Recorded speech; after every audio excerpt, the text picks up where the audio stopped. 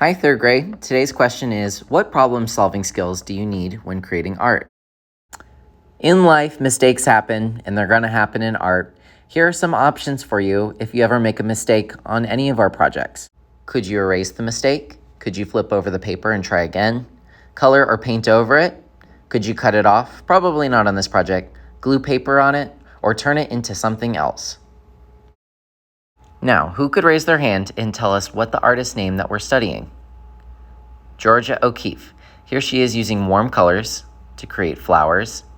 She zoomed in really close by using her own viewfinder, which we got to create too. Alrighty, y'all. So we are going to be finishing up our oil pastel flowers. Some of you think that you're done, but for those who were not here, what we did was we used our little frame that we created on 22. This is called a viewfinder.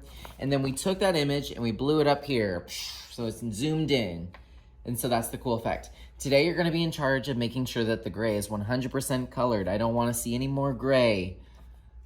Fill it up with color, green, purples, something. You can add more flowers. Think of some way that you can add something so that this looks complete.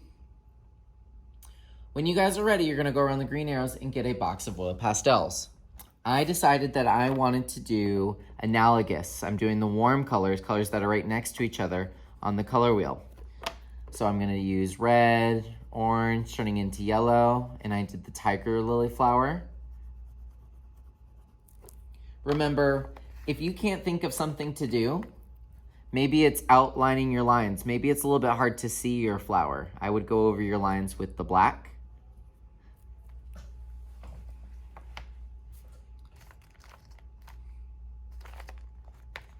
However, if you are here today, you need to be working on something. Maybe look over and see if there's any areas you can go back in and fill out. Maybe there's some areas where you want to add white to make it just a little bit brighter. Remember, if you add white to a color, that's called a tint. Think about color schemes. Raise your hand. What is it called when you have something that is across from each other on the color wheel?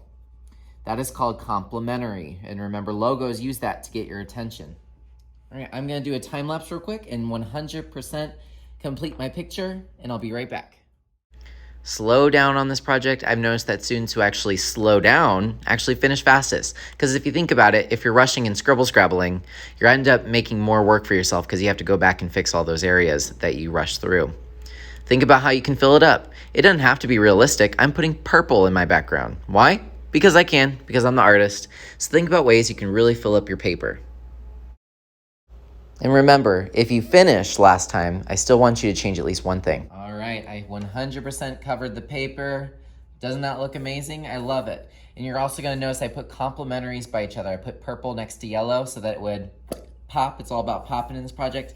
The very last thing I want you to do is just go over your name with like a Sharpie or something so that I can see your name. I was having trouble seeing some names because the paper is gray and it's hard to see it. Or you could even write your name on the back, but just make sure that I can see it.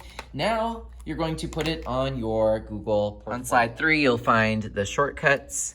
We are in our painting unit, and it will take you to slide 22 so that you don't have to scroll forever. And then if you are done, and you've showed me and there's no gray, you can take your photo on slide 27. Just press Insert, Image, Camera, and then don't forget to change the background. Maybe you want to choose something with flowers. Look at all these beautiful options. So don't leave it blank. Make your slide interesting. Don't forget to put this on the back counter and then clean your hands, clean your table, and return any supplies to me. Have a wonderful day.